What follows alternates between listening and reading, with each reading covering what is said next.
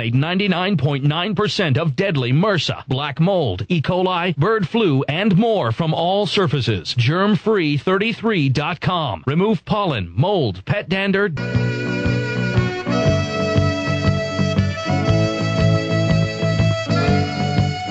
I have never heard anything like it in my life. National radio host Michael Reagan called for the extrajudicial, no trial, the 9/11 truthers be killed. We just played the clip. He said we should all be taken out and killed. And he said, I'm serious. I want them dead. I will pay for the bullets. Kill us now. Ladies and gentlemen, this country is in the greatest crisis it's ever seen. If it falls, it will be a greater engine of evil than Nazi Germany was. It's already fallen to the Bush regime, and they've destroyed our name. They've destroyed our currency. They've destroyed our treasury. The Bill of Rights, the Constitution's being dismantled. The leader of the Tories resigned yesterday, saying that he basically discovered the government was setting up a dictatorship in England. Evil is moving across the face of the world, and in the midst of that evil, there are incredible patriots who I just get more and more respect for. Dennis Kucinich, I have to say, really is the leader now against this tyranny. I have to say that Ron Paul isn't even as strong as he is when it comes to speaking out. Ron Paul did sign on to the 35 articles of impeachment. We salute him for that. But I have to tell you, Dennis Kucinich, in this very dark climate, has courage that no one else in Congress, I've not seen it. And I assure you he needs our prayers, because this is a very wicked group. And the mainstream media has tried to ignore it. Cafferty and others on CNN and MSNBC with some of the other shows like Countdown with Overman have been calling for impeachment, but not really talking about the fact that Dennis Kucinich is pushing for it. The congressman joins us, very busy. He's with us for the next 25 minutes for the rest of this hour. You can go to kucinich.house.gov and read the 35 articles of impeachment. You can also go to Infowars.com and see the YouTube clips of his speech he gave a few days ago. Dennis Kucinich, I just absolutely want to praise what you're doing for the Republic. It just, you really are doing something, as you know, that takes a lot of courage. Alex, thank you very much for those kind words and for the honor of being on your show. Your listeners are particularly attuned to the erosion of democratic principles, and what led me to finally introduce these articles was the totality of the offenses and the ongoing violations, and the possibility that we could even end up in another war based on lies. We are losing our country to lies, to erosion of our civil liberties.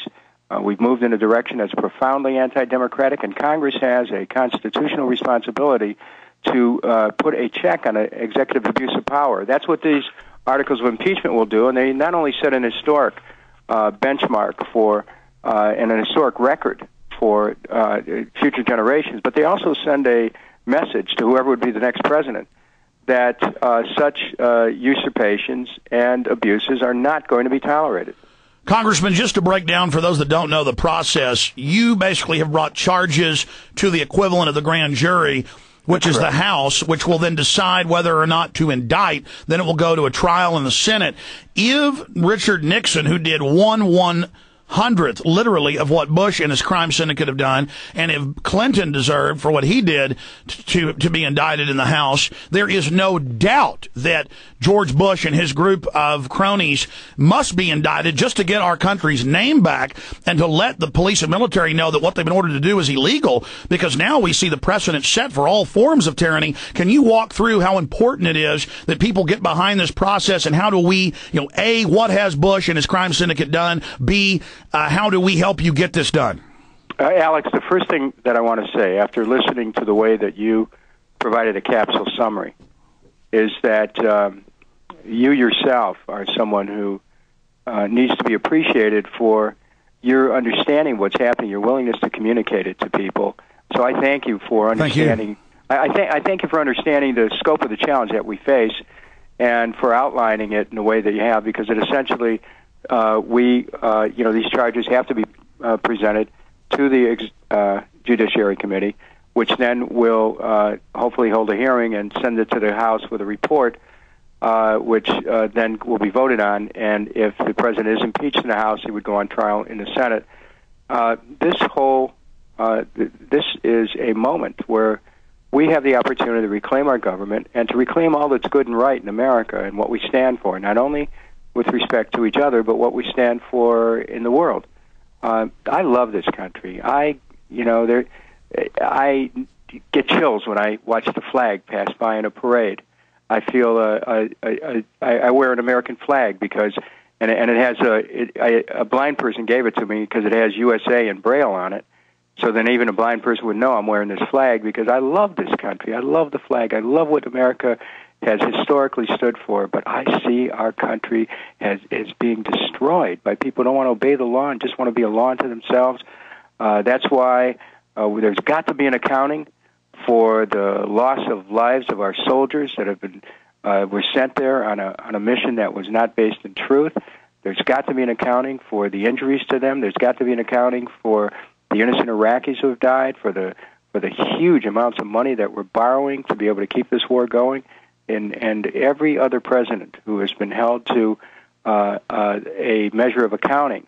Their offenses pale in comparison to the offenses of this president. And you've put out 35. Let's just cover 5 or 6 of what you think are most important, and they're all very important, of those 35, Congressman Dennis Kucinich. Well, the ones that deal with Iraq really talk about manufacturing a false case for war, and it's been just demonstrated over and over that all the representations that were made that Iraq supposedly had weapons of mass destruction, posed an imminent threat, that it had something to do with 9/11 or Al-Qaeda's role in 9/11, all of those attempts to try to get the American people to believe that, and an organized effort was made, in fact, were based in falsehood. And so a war of aggression was begun against a country that did not attack us. And such a war is in violation of international law,